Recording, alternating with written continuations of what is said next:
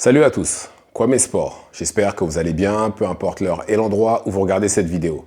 Avant de commencer, cliquez sur like, abonnez-vous et activez la cloche de façon à être tenu au courant quand je posterai de nouvelles vidéos.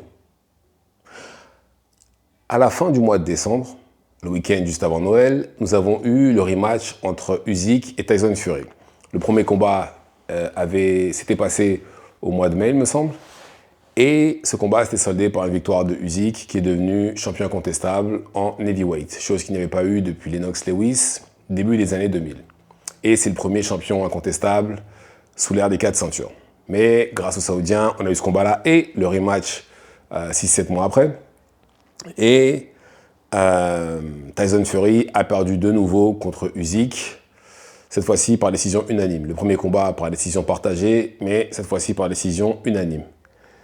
Et Tyson Fury, depuis sa défaite contre Usyk, on n'avait pas entendu parler de lui. En même temps, ça fait même pas un mois, ça doit faire 3 semaines que le combat a eu lieu, donc on va pas non plus trop lui en demander. Il a le droit de profiter de sa famille, de se reposer, de faire les choses qu'il aime.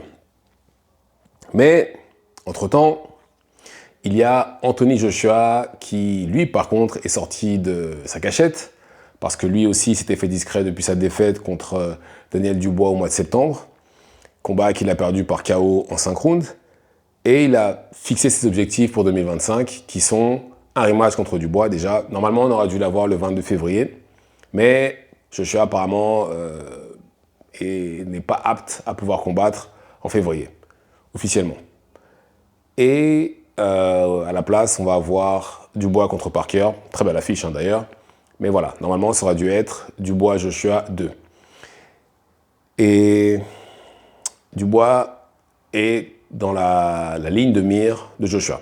Mais il a aussi évoqué Tyson Fury. Et d'ailleurs, il a même insisté avec Fury. Dès l'instant où il a perdu contre Usyk, il a dit direct, je veux Fury, je veux Fury, je veux Fury, je veux Fury.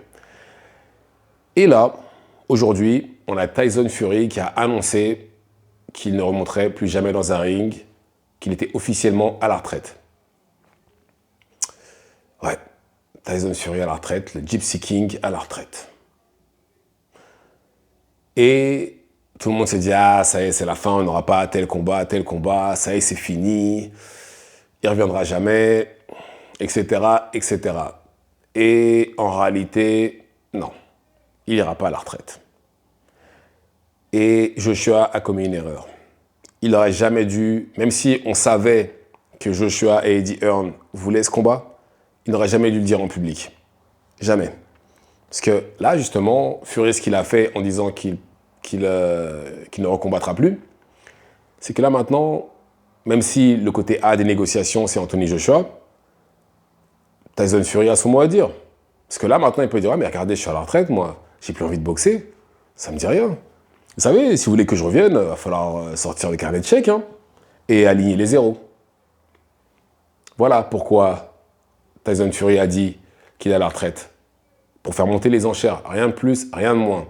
Parce que là, derrière tout ça, derrière le combat entre Fury et Joshua, il y aura les Saoudiens, il y aura Eddie Hearn, il y aura Queensberry.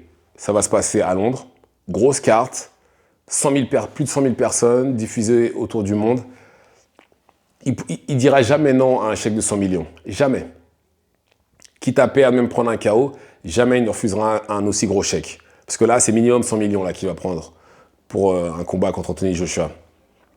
Et en plus de ça, je pense que Fury pense qu'il peut battre Anthony Joshua. Et je pense que rien ne lui ferait plus plaisir de battre Anthony Joshua, de partir sur une bonne note et de prendre 100 millions. Il dira jamais non, c'est juste intelligent de sa part ce qu'il a fait. C'est juste le clan Matchroom, autrement dit Eddie Hearn et Anthony Joshua, qui ont fait une erreur. Ils auraient dû rester discrets, dire oui, non, on veut le rematch contre Dubois et aller négocier discrètement avec Queensberry un combat contre Fury ou avec les Saoudiens.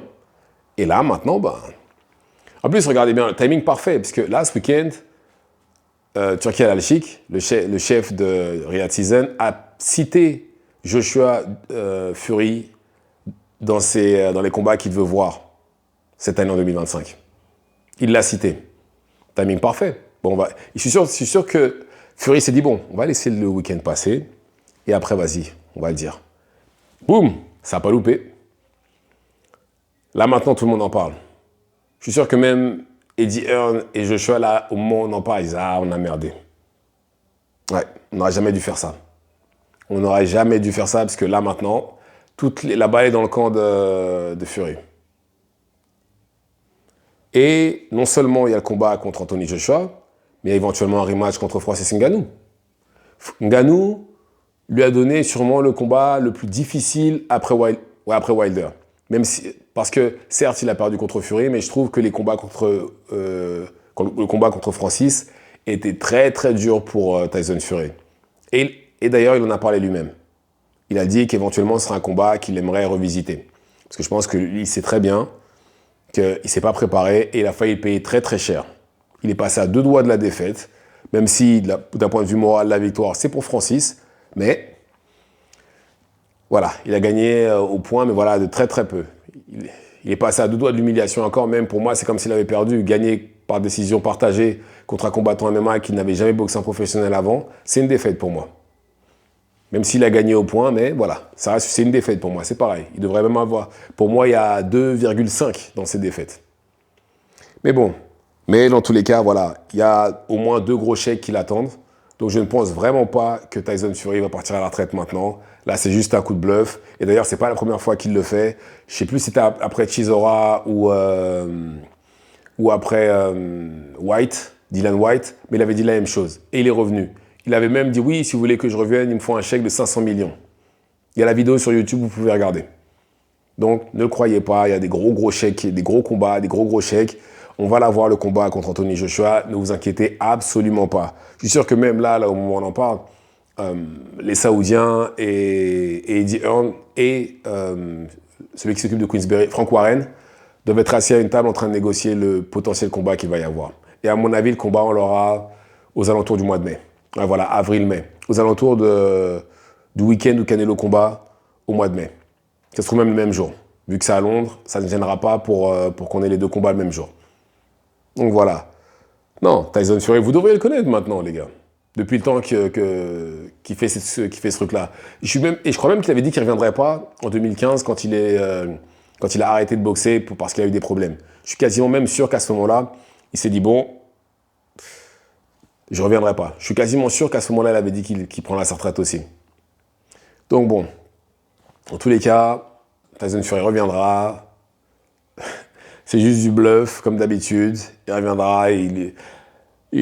Malgré qu'il ait perdu 2 fois contre Usyk, il reste toujours plus fort que les 3/4 des heavyweights. Ne vous inquiétez pas, il ne bouge pas pour l'instant. Il lui reste au moins un gros combat qui est celui contre Anthony Joshua. Dites-moi ce que vous en pensez dans les commentaires. Activez la cloche de façon à être tenu au courant quand je posterai de nouvelles vidéos. Et c'est tout pour moi. Ciao, ciao.